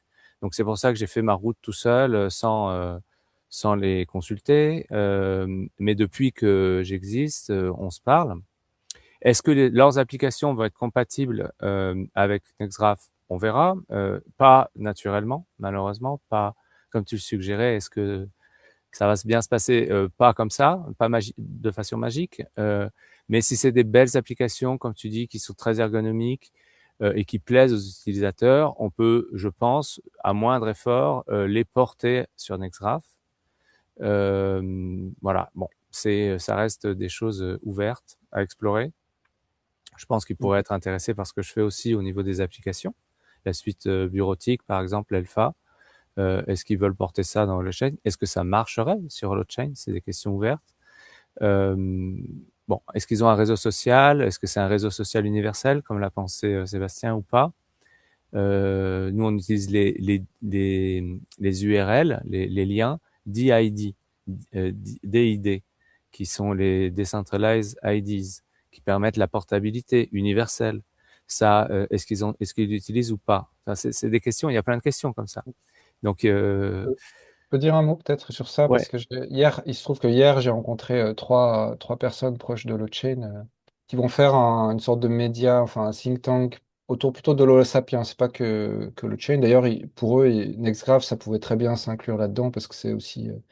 L'idée, c'est surtout de mettre en avant des solutions qui changent notre manière de penser, enfin l'évolution humaine, quoi, on peut dire plus largement. Et du coup, il disait que la question d'interopérabilité, en fait, il l'avait pas forcément vu au début et que maintenant, ils l'ont vraiment intégré comme un besoin, mais que il y a beaucoup de contraintes, quoi, et que pour l'instant, c'est pas encore très très clair comment ils vont pouvoir le faire. Pour que grosso modo, les applications holochain soient interopérables entre elles déjà. Parce que ça, en fait, moi, c'est ce que j'aurais dit, c'est dit, l'interopérabilité, c'est pas quelque chose qui on peut rajouter après comme ça, comme une surcouche, en disant, bon, maintenant, voilà, on va juste les faire communiquer. Non, c'est plus complexe. Du coup, ils ont ça en tête, mais ils n'ont pas non plus des solutions. Là, dans ce qui existe dans l'autre chaîne, on n'est pas, enfin, ils n'ont pas forcément les solutions non plus. Donc, en tout cas, on est en lien et ils sont super intéressés et on est sur des philosophies pareilles. Donc, voilà, c'est ce que je disais au début, l'aspect technique, malheureusement, c'est pas évident. Et puis la Mm. blockchain, vu que ça a été évoqué aussi, le problème, quand tu fais des applications blockchain, c'est aussi plus compliqué, quoi. L'avantage de Nextgraph, c'est que c'est plus facile aussi de développer des applications parce que, Oui. voilà, enfin, là, je vais pas entrer dans les détails, mais c'est un des avantages de Nextgraph par rapport à l'holochain, c'est que c'est plus facile à faire des applications. Alors, il y a deux blockchains, hein. Enfin, il y a les blockchains et puis il y a Holochain. Holochain, Hum, c'est déjà plus intéressant que les blockchains puisque c'est le ouais. concept de, on va faire plein de petites chaînes, plein Hum. de petites blockchains, une par application en gros, chez Holochain. Et chez Nextgraph, on pousse le bouchon encore plus loin, on dit ça va être une par document. Donc là, on a une flexibilité encore plus grande. Mais une blockchain, enfin oui, en gros, on parlait. Alors, je voyais tout à l'heure aussi Yannick parler des blocs, c'est ça? Il faisait le lien entre les blocs. Alors, c'est pas le même type de blocs, hein. Quand je parlais des blocs dans Blocknote, c'est plutôt les blocs à la Obsidian, c'est-à-dire comment j'écris là un bloc de texte, un paragraphe. Là, je mets un tableur. Là, je mets une image. Ça, c'est des blocs de contenu. Tandis que là, quand on parle des blocs dans les blockchains, c'est des blocs avec des transactions dedans. Bon, c'est pas le même niveau le même type de bloc. Donc, il n'y a pas de blockchain dans Nextgraph. Il n'y a pas de blockchain dans l'autre chain non plus, hein. Mais il y a quand même le concept de lier les données avec leur passé, avec leur version antérieure. Donc ça ressemble au blockchain, mais c'est pas exactement. Dans le blockchain, c'est toujours une chaîne globale. Chaque blockchain a sa chaîne globale. Et tous les participants à l'échelle mondiale doivent aller mettre des blocs, des nouveaux blocs sur cette chaîne globale. C'est ça que a changé Holochain en faisant une chaîne par application et que Nextgraph va plus loin encore. Mais euh, enfin voilà, c'est pas besoin d'une blockchain, je dirais, pour faire des applications collaboratives ou même des réseaux sociaux. Les blockchains, c'est surtout sur les questions de financières ou de Gouvernance. non-falsification pour les votes, par exemple, les votes à grande échelle, ça peut servir aussi.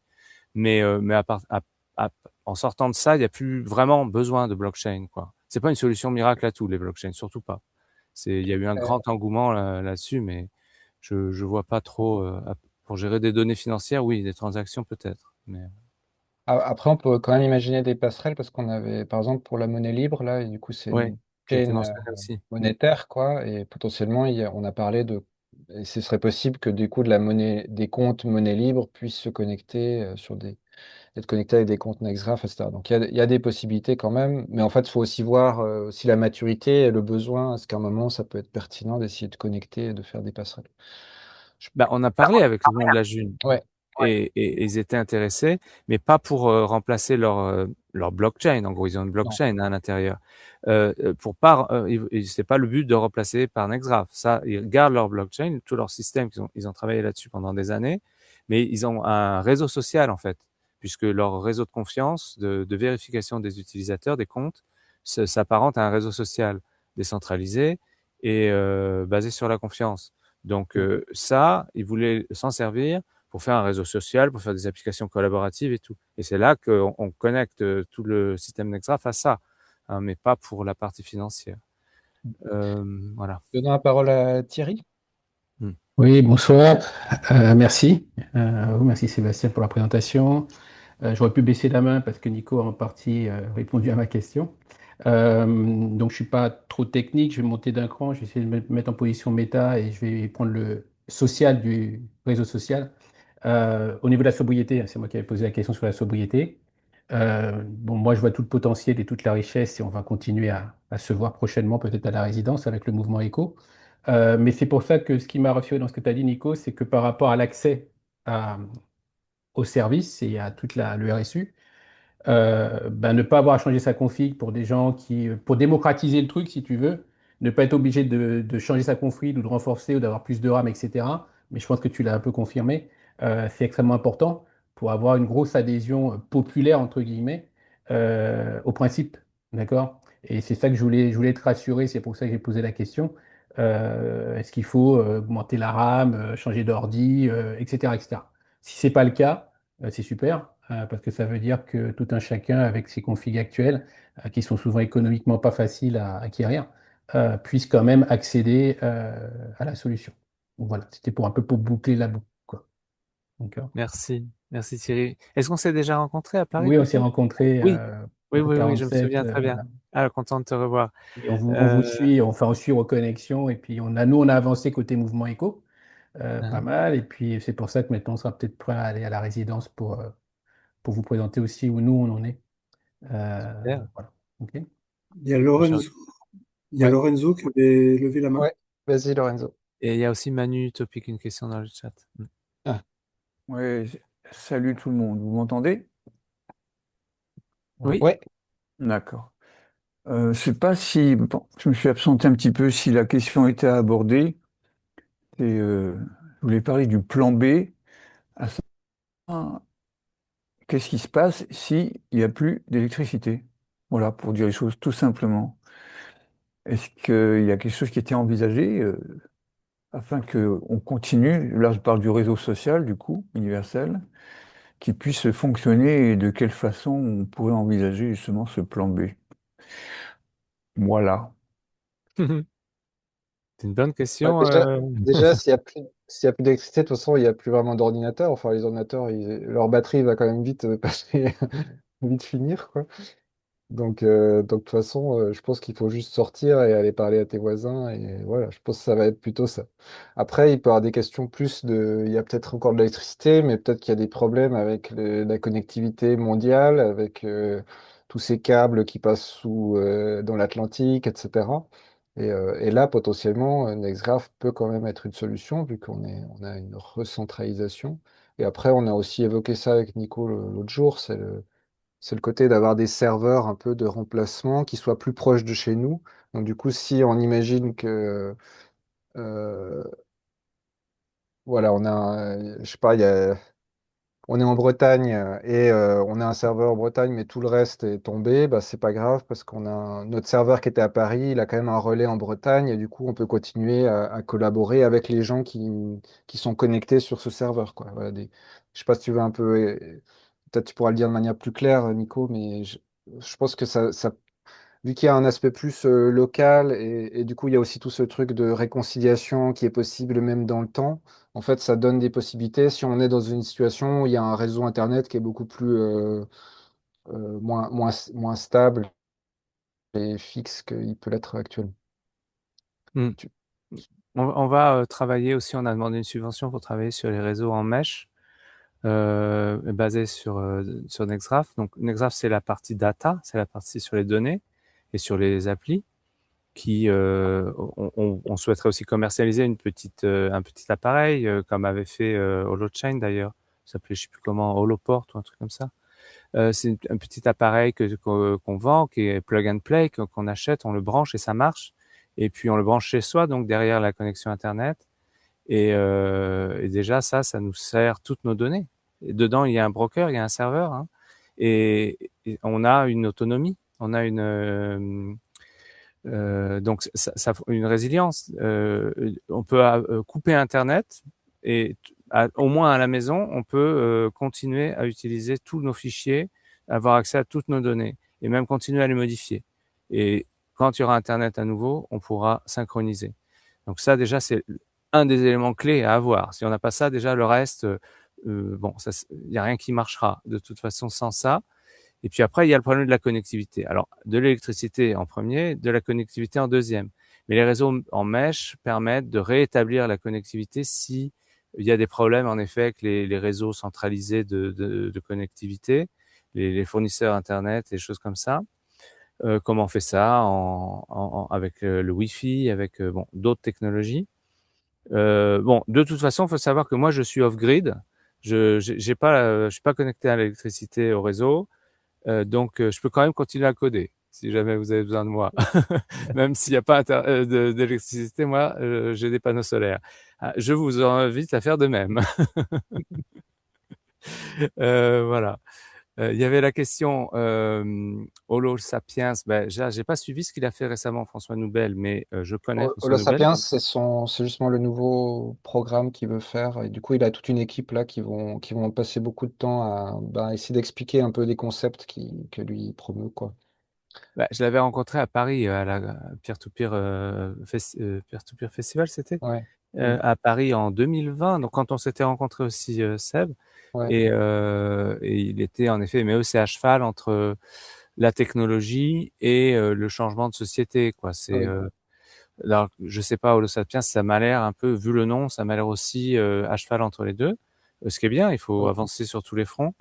On avait discuté, hein, bon, mais j'avais pas encore commencé Nextgraph à l'époque. Mais j'avais déjà dit à cette conférence que je voulais travailler à la convergence entre le peer-to-peer et le semantic web. Je m'en souviens bien. Il y a une autre question peut-être. Protocole commun. C'était Yannick. Et puis Manu Topic sur les fichiers, les datas. Mais peut-être que c'est fini, on a encore le temps. Bon, faut peut-être juste répondre à la question. Manu, je lui ai répondu, donc il demandait effectivement si on peut aussi transférer des fichiers. Donc oui, c'est pas que les données sémantiques. Et du Mm, coup, peut-être juste la question de Yannick, et puis après, on peut peut-être. mm.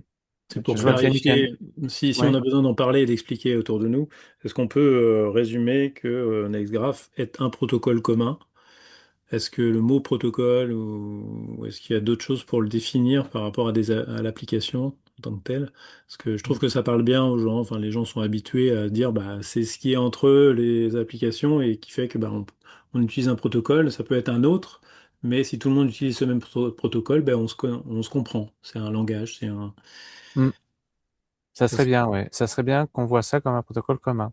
Je défends cette idée. C'est pour ça que c'est bien que Seb ait mentionné que j'ai essayé de rencontrer les acteurs dans ce domaine qui font des protocoles alternatifs comme le mien et de voir si on pouvait arriver vraiment à ce protocole commun. Pour le moment, on en est très loin. Chacun s'accroche à son protocole et bah moi, du coup, je suis un peu obligé de faire de même. Mais mais j'aimerais bien que ça prenne et que ce protocole en effet devienne un protocole commun.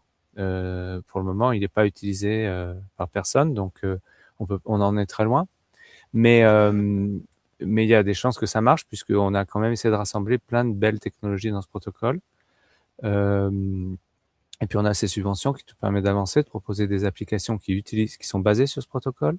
Sébastien travaille avec Reconnexion et toute son équipe à construire un réseau social autour de ce protocole. Donc Ajouter aussi la compatibilité ActivityPub qui permettrait voilà, ça potentiellement que c'est pas dur à Nextgraph soit faire. compatible avec l'univers Mastodon, etc. Ça, tu as une subvention pour le faire. On est en train d'y travailler. C'est pas très dur à faire. Et puis voilà. Bon, mais c'est vrai que la multiplicité des protocoles, c'est pas notre avantage. Hein. Quand on voit, je pense que les GAFAM se frottent les mains quand elles voient que on est complètement désunis et que on n'arrive pas à avancer, on n'arrive pas à percer, quoi. Ben On- justement, c'est là que je voyais que chaque application pouvait avoir, si on poussait la compatibilité vraiment à fond, l'interopérabilité, c'est que chaque application soit compatible avec plusieurs protocoles et que l'utilisateur puisse choisir, oui, peut-être définitivement au moins, sur quel protocole il veut. Et derrière, ça permettrait de ne pas redévelopper au niveau de l'applicatif euh, à chaque oui, oui. fin, de Oui, pas c'est ce qui se redé. passe, Ouais. hein. C'est ce Hmm. qui se passe déjà, puisque là, les LFA, c'est donc on prend des logiciels existants qui sont pas forcément liés à un protocole particulier ou un format de stockage, mais on va les passer à Nextgraph. Une fois que Hmm. ça sera fait, ça sera pas très difficile de les passer à d'autres protocoles similaires. D'accord. Ça, je le vois venir. Donc du coup, on sera pas plus avancé. C'est-à-dire qu'on aura, parce que c'est bien d'être compatible avec plein de protocoles, ça laisse les gens libres. Mais tous ces protocoles sont quand même incompatibles les uns avec les autres, donc c'est des Oui. bases d'utilisateurs différentes à chaque fois. Bon, on se crée des comptes sur un protocole, puis se recrée un compte sur un autre protocole, puis après essayer de faire des passerelles entre les protocoles et puis des correspondances entre les comptes. C'est bien, mais c'est fatigant, comme Ouais. dit Sébastien. Donc, j'espère qu'à un moment, il y a un protocole qui va percer et que ça sera le meilleur, ça serait mieux. Et que, alors j'espère que ça sera Nextgraph. S'il y en a un mieux, ben, on passera tous sur le meilleur, hein. Et puis voilà. Mais que ce problème soit réglé un jour.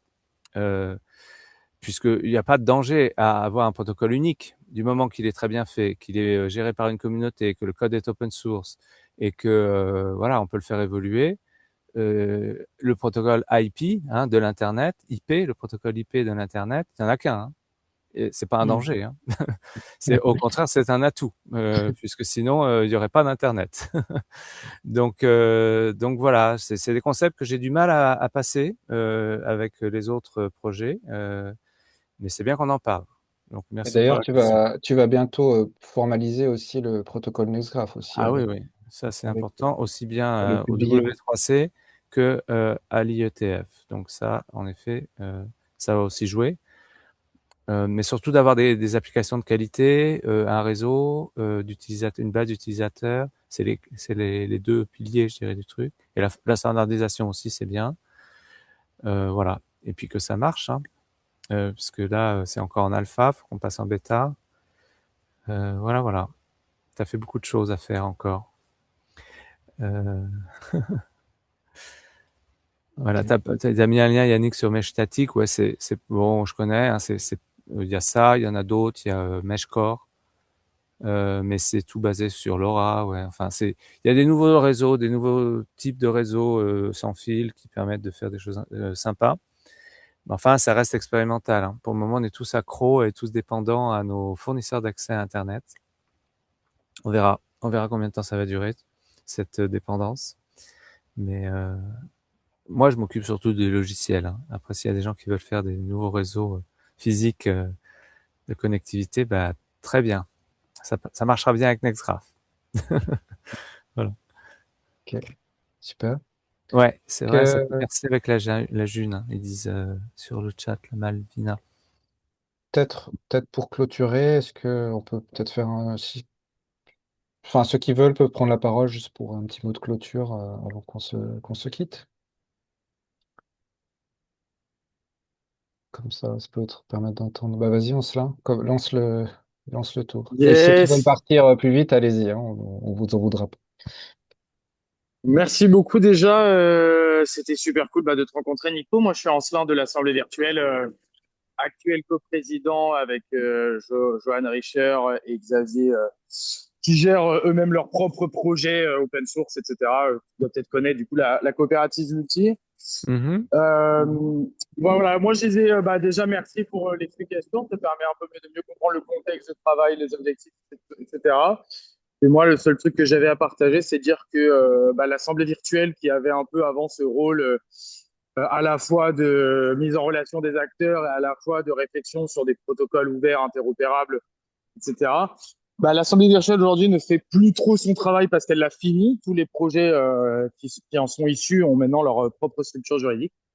Et donc cet assaut est aujourd'hui en recherche de nouvelles quêtes. Et on s'est dit qu'on pourrait devenir l'assaut des amis de NextGraph.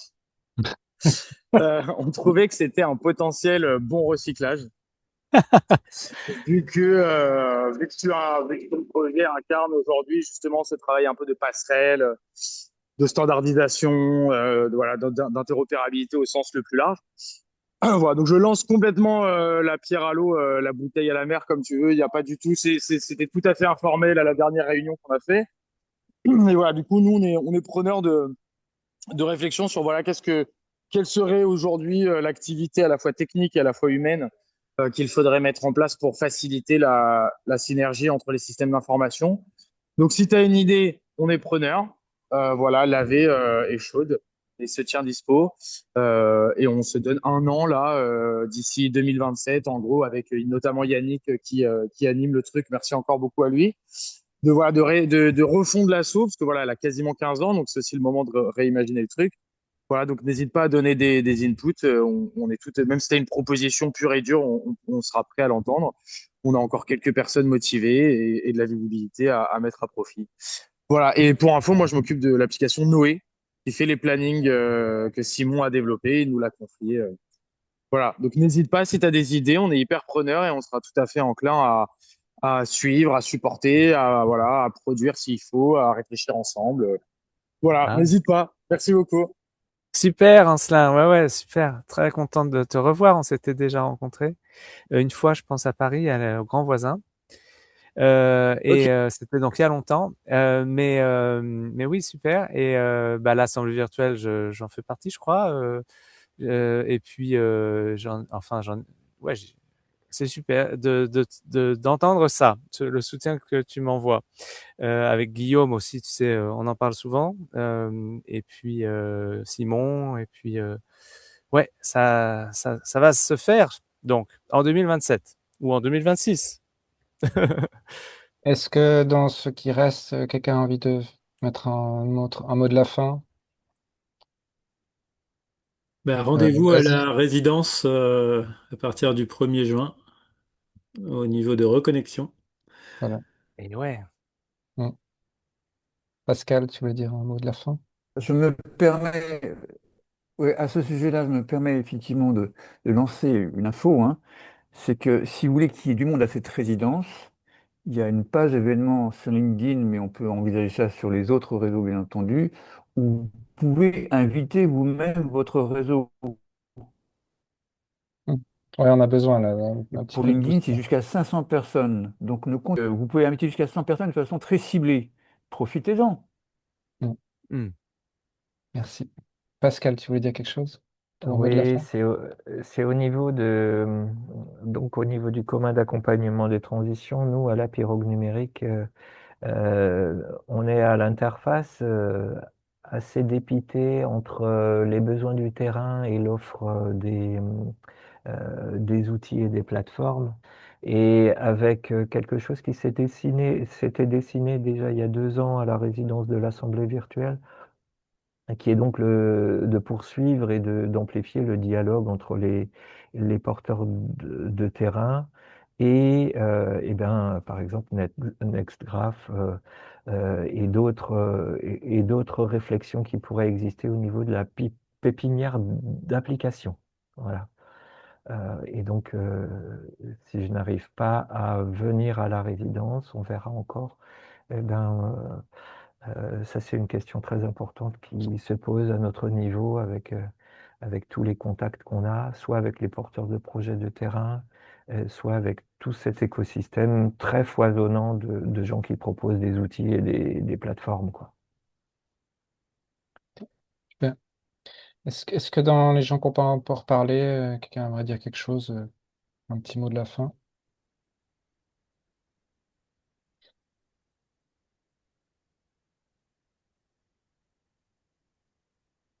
Bon, j'ai l'impression que du coup, on va clôturer là. En tout cas, ben, merci d'avoir été là. Donc, ça a été enregistré, donc je pense que ça devrait aussi pas mal circuler.